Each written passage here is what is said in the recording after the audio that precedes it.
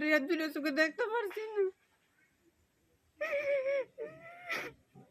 কালকে আমার বিয়ে হয়েছে 1 বছর হয়েছে, 1 বছর না 5 বছর হয়েছে, তার লোক সংসার করছি।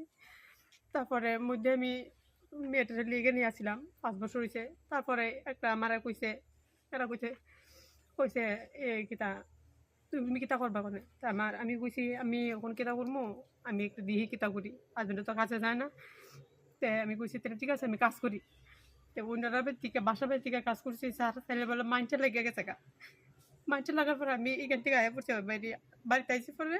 তে আমি কইছি অন কিতা করে কামু, তারা কথা নিয়ে কয় কত তুমি রাজমিস্ত্রির কামো ঢুকে যাও স্যার। রাজমিস্ত্রির কামও করছি গে, মায়ের দিকে চাই আছে, আমি মায়ের দিকে চাই আছে রাজমিস্ত্রির কাম করছি করে সে বাড়িতে আই সারা রাত দিনে পরিশ্রম করে মায়ের ঘটনা শুনি।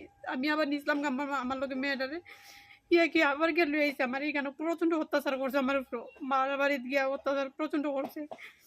আমি মায়ের লুয়ে আইছি, এখানে গেছি, এখান থেকে আবার এরা জোর জবরদস্তি করে কালকে আমার লুয়ে আইছে। আমার কইতে তুমি মায়ের এখানে দিলাম আমার কাছে, আমি মায়ের পড়াশোনা করাই অনুরোধ করে বসে। আমি কই না আমি দিতাম না, আমার কাগজপত্র আমার দিলাম তাইলে আমি মায়ের আমি অন্য স্কুলে ভর্তি করাবো, এরা দিছে না, না দিয়ে এরা কইছে এরা বলে ভর্তি করাইবো।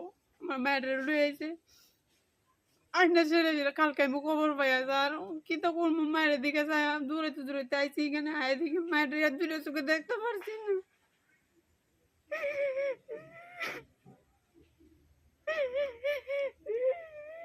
মায়েরা দিদি দিদি সকালবেলা উঠে ফোন করে আমার কয় ও মা খাইছো নি, ও মা কিতা করো যাবো কোনি কথা আমার কেডা কইব।